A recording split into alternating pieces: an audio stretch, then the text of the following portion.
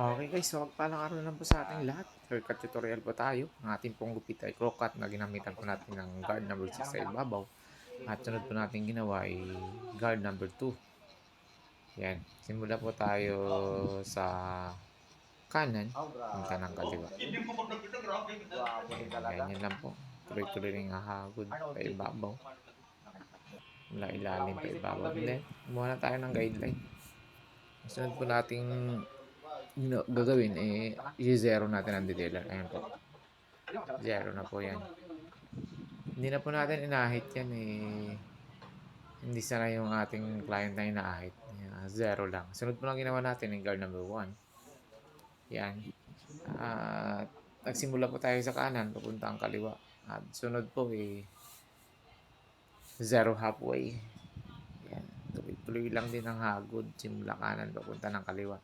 Paulit-ulit ko sinasabi, pag kanan tayo, magsimula po tayo sa kanan pag kaliwa. Simula po tayo kaliwa, papunta ng kanan.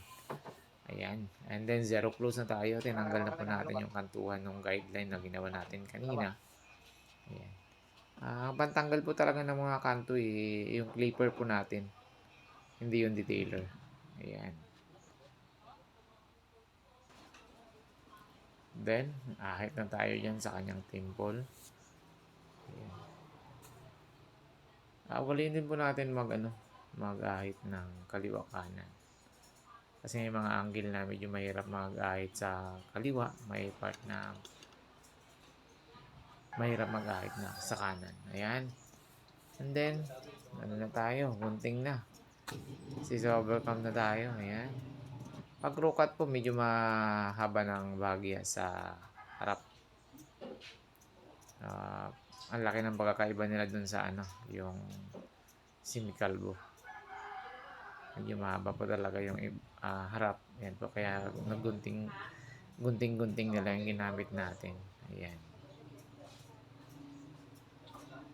Okay. Tagal tong inabangan ng ating client ang ating vlog sa kanya. O yung video ng kanyang gupit.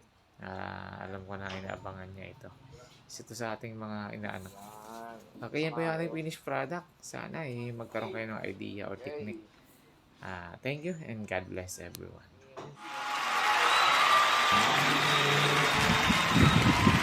Okay. Wow!